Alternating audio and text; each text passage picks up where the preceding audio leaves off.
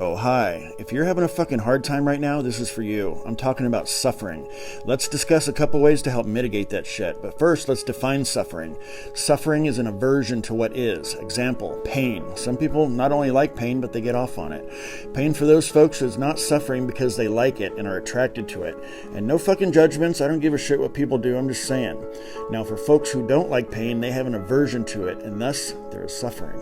A cycle of suffering has peaks and valleys, and our time spent at the peak is generally brief in comparison to the trip down from the peak into the valley, where homeostasis tries to balance us out and it's not as severe, and then back up the fucking hill again. In regards to pain, the peaks I'm referring to are intense acute pain events like a bulging spinal disc or a migraine or broke dick. No. In regards to emotions, it's full-on panic attacks the moment we learn of someone's death, the loss of something we're attached to, like that. There's a white-hot but relatively brief flash of suffering as everything in us clinches and resists. Then a long slogging journey for most of the suffering cycle. Peaks and valleys, people.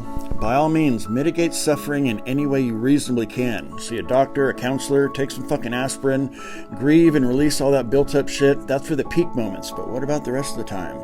When you're suffering, do your best to assess how much of your suffering is aversion and how much is actually present in your wrinkly pink meat computer or body. Peak suffering leaves a residue of resistance after those peak moments, and we carry that with us in our memory, or as anticipation of more suffering, and continue to suffer more than absolutely necessary. Sometimes you're super fucked, I know, but those are peak moments. This is for the hills and valleys. Take a fucking minute and feel what it actually feels like to be in your body right fucking now.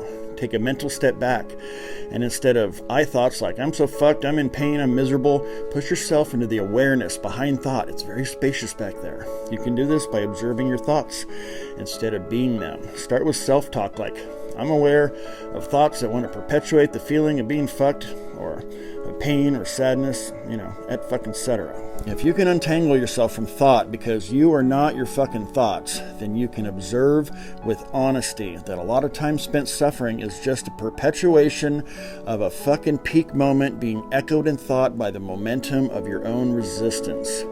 Observe thought and feel yourself residing within your meat tractor, and there will be times you realize that, oh shit, I really am kind of okay right this second. Pain is a check engine light on the meat tractor dashboard, saying, hey fucker, pay attention to me, something's up.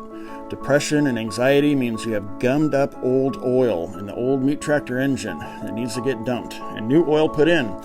And a new fucking oil filter, and that new oil is a new perspective, and the filter is you observing shitty thoughts and consciously re-steering them to positivity. And no, I don't mean rainbows and unicorns and shit. I mean at least make sure that 51% of your thoughts are positive, unless you want to speed up the fucking journey to the next peak of suffering. Listen, you are not your pain or your depression or your anxiety. Those are all made of electrical nerve and brain pulses and chemicals from your wrinkly pink meat computer. And they want to be large and in charge, and they become who we are if we're not careful, because they are powerful and seem difficult to overcome. But the fact that you can be aware of these circumstances within your meat tractor, and that you can be aware of thought, is absolute fucking proof that you are not that. Suffering in all of its forms fucking sucks, but it can also be the most powerful propellant, like jet fuel in a meat tractor, for us to figure it the fuck out. I'm talking about that thing, that ineffable mystery that's not really a mystery. It's the core of your experience. It's an awareness without the of that suddenly finds all kinds of ofs to be aware of in the form of thought and bodily sensations. Alright, let's boil this shit down. When you're fucked, take what action you can to mitigate it. When you've done all the things and you're still fucked, try accepting it. I'm not talking about giving up effort. I'm saying if you've done all the things, then fucking remember everything in reality, besides the effulgence of awareness shining through your mind, is temporary. So accept what is in the moment, and by doing so you reduce resistance, and thus you weaken aversion. And remember, suffering is an aversion to what is. Less aversion, less fucking suffering. Then observe your thoughts, just like clouds floating through your mind sky. Make an assessment of this moment and find the ways you're okay. Tell yourself about the ways you feel okay. That's how you overwrite your old aversion codes. Like, well, at least my toes don't fucking hurt. I'm not on fire. I'm not currently drowning in shit. Maybe it's not so bad in this exact moment. And sometimes that's all we get when we're in it. Just moments of okayness. Fucking take every moment you can. Perhaps death has taken someone from you. Well, it hasn't taken your good memories of them. It hasn't taken your ability to grieve or honor them. You may be anxious, but realize you're currently safe in this moment. You might be depressed, but you can still force positive actions if you fight it.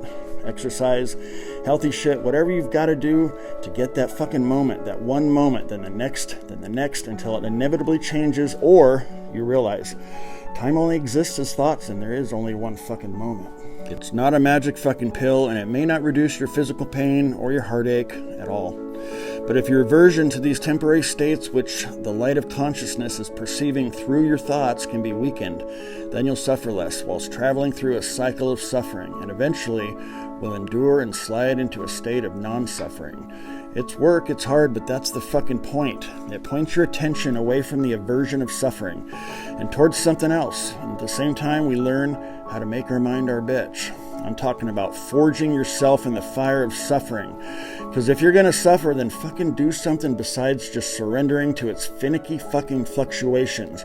Grab suffering by the reins and ride that bitch. If you can't manage anything else, then there's two things you can always do. Whether at the peak or in a valley, or even when you're happy as a clam. Breathe and exist. Close your damn mouth and breathe through your nose and follow it down to your taint and back out. And exist. It's easy because you're already doing it. You are the entirety of existence, presenting as a reference point for the entire cosmos. So that a vast, wakeful emptiness can know form, and one way it comes to know itself is through suffering. Suffering is a portal. It is a cruel but wise master. Learn from its tutelage as best you can, and there is no failure. The awareness behind your eyes is perfection, and so is everything it shines through, and what it's shining through is fucking you. Toodaloo.